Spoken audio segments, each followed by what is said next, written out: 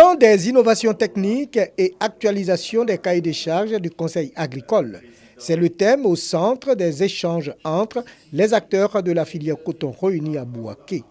Les sociétés cotonnières, les producteurs, les consultants, le FIRCA et le ministère de l'Agriculture font le point de la campagne 2018-2019 en vue d'adapter le cahier des charges pour un meilleur rendement des producteurs. Le cahier des charges, c'est l'ensemble des obligations que les sociétés cotonnières doivent mettre en œuvre pour, selon les acteurs de la filière, atteindre les objectifs d'amélioration des rendements des producteurs.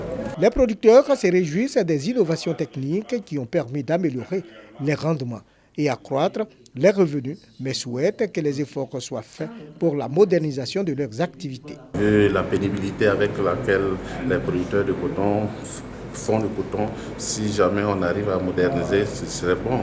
Les fumures organiques, ce serait bien possible en fait que le FIRCA puisse nous aider à pouvoir améliorer en fait la vie des producteurs dans ces secteurs. Quelques inquiétudes relevées sur les enlèvements du coton. On peut certes produire du coton, mais si au niveau de l'enlèvement on a des difficultés, cela sous-entend que le producteur qui a produit finalement ne gagne pas de satisfaction.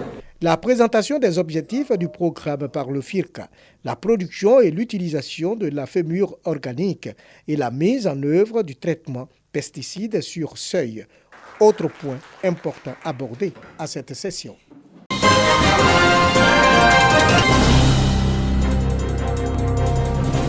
Les populations du département de Tanda sont soulagées.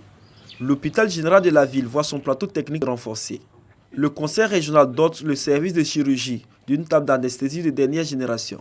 Cet appareil d'une valeur de 23 millions de francs CFA a été remis officiellement au préfet du département de Tanda par Ignace Kosonou Kwasi, président du conseil régional de Gontougo.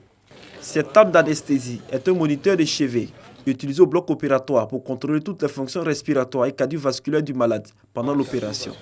Un geste qui réjouit les responsables de l'établissement sanitaire. En plus de l'appareil, le conseil régional de Gontougo a entièrement réhabilité et équipé le bloc de consultation de médecine générale, longtemps décoiffé. Le président du conseil régional de Gontougo, Ignace Kwasi Kosonou, a signifié que la santé constitue une priorité pour son institution.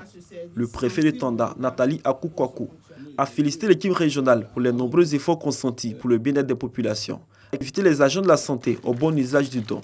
Avant l'hôpital général de Tanda, le conseil régional de Gontougo a soulagé les pensionnaires des centres d'accueil et de la petite enfance de la région en leur offrant des kits alimentaires et sanitaires.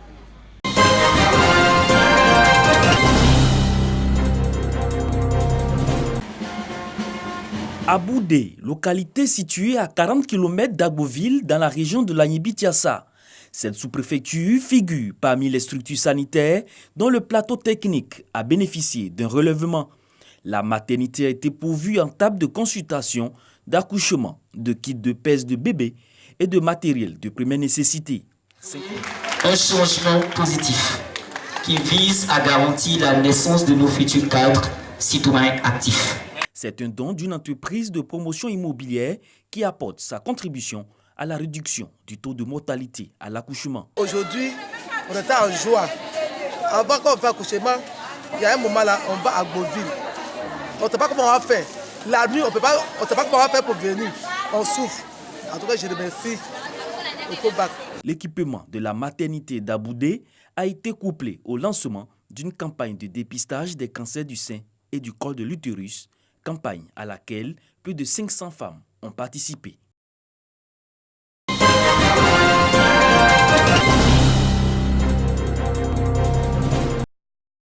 À environ 60 km d'Abidjan, Irimakoudié 1. Plus loin, après 3 km de route en terre bien entretenue, à la sortie de la route bitumée qui conduit à Beauville, Irimakoudié 2. Les habitants de ce village se sont spécialement préparés pour partager la même joie communicative et pour cause, la célébration de la fin de la vacance du pouvoir à Irimakoudié 2.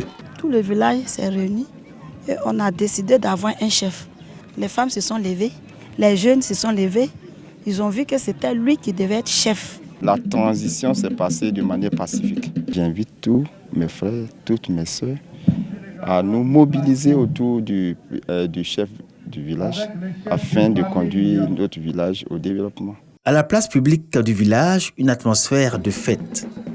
Toute la notabilité d'Herima Koudje II, ses filles, fils et cadres, ainsi que la population, soutenue par les autorités administratives, les élus locaux et un parterre d'invités, ont donné de l'envergure à l'événement. Moment d'émotion. La libation du chef de terre d'Herima Koudje, faisant un bref rappel de l'histoire de l'intronisation du nouveau chef du village. L'invocation de Dieu par l'évêque du diocèse d'Agboville, Monseigneur Alexis Touabli, demandant au Très-Haut d'étendre sa grâce sur Nanan Kimou Séraphin et de le préserver de tout mal.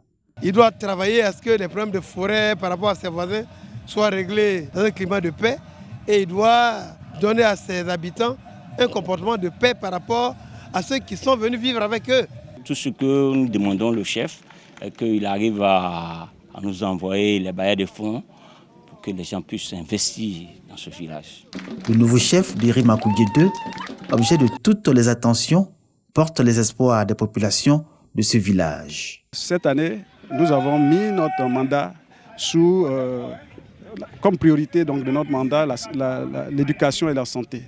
Au-delà donc, de ces deux pans-là, nous avons initié plusieurs projets pour améliorer les infrastructures, que ce soit les infrastructures routières, l'eau potable, l'électricité.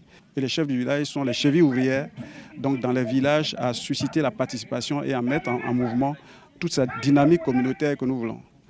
Que le chef, dès l'instant où il a reçu son arrêté de nomination, il devient l'autorité investie. À partir de ce moment, tout manquement à son égard est passible de poursuites judiciaires. C'était déjà un conseil d'usage que le préfet de région, le préfet du département donnait, n'est-ce pas, aux populations. Mais également, il a tenu à interpeller le chef. Le chef appartient à toute la population.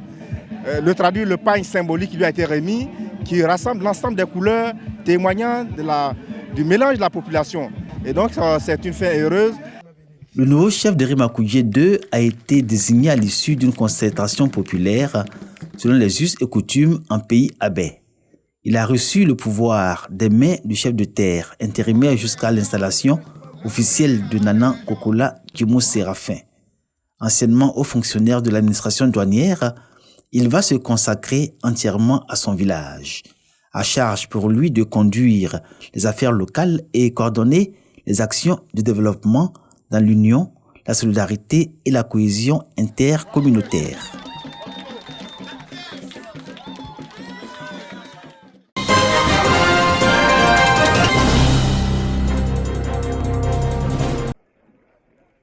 Quiconque aide une autre personne à rompre son jeûne ne serait qu'avec de l'eau fraîche bénéficiera de l'eau de Dieu le jour du jugement dernier et sera convenablement servi dans le paradis. Ce verset tiré du Saint-Coran est mis à profit par l'aumônerie militaire musulmane de Bouaké. Elle a organisé une rupture collective à l'endroit des forces de défense et de sécurité. Le mois de Ramadan, c'est un mois de partage, de pénitence. Je pense que les militaires et les paramilitaires sont en train de donner l'exemple d'unité dans la diversité. Je crois que c'est cet exemple-là que nous sommes en train de donner. À travers cette rupture collective, tournant dans les différentes casernes, l'aumônerie militaire musulmane veut montrer les avantages de la pratique islamique chez les militaires. La diversité des militaires et paramilitaires, terme pour entretenir les participants à cette rupture collective. L'imam a invité les hommes en tenue à exercer leur métier dans la crainte d'Allah. Dieu a dit, si j'aurais voulu, j'aurais fait de vous une seule communauté. Mais il n'a pas voulu qu'on soit une communauté. Si on était une seule communauté, on n'allait pas se connaître. Donc c'est pourquoi, s'il avait fait tout le monde militaire aussi, on n'allait pas se connaître, on n'allait pas s'en sortir. C'est pourquoi il a fait différemment policiers, militaires, gendarmes, douaniers, sapeurs-pompiers, tout le monde pour que chacun s'occupe d'un secteur bien déterminé. Ça, c'est une volonté divine. Et pour orner aussi la nature.